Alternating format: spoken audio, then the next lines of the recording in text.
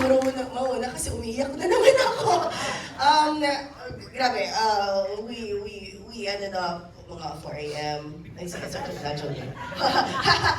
I still have my nails from last night, as in ganun, and I'm just very, we ended the show 1 a.m. and honestly could not believe, I could believe that we won Best Picture, yes, as in, fourth Best Picture.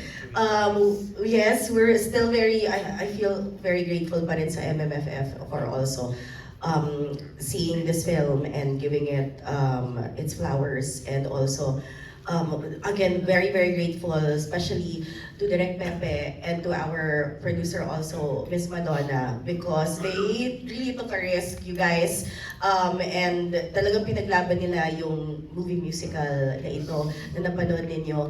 And syempre, yesterday, we already found out na parang we were down to 9 cinemas.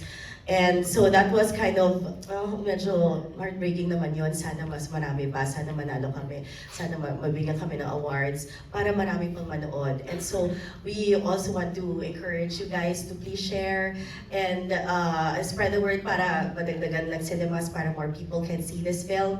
And really so that we can also continue celebrating Philippine theater, because it's really so wonderful to be over and to be collaborating in this art form. And really salamat. Yun lang po.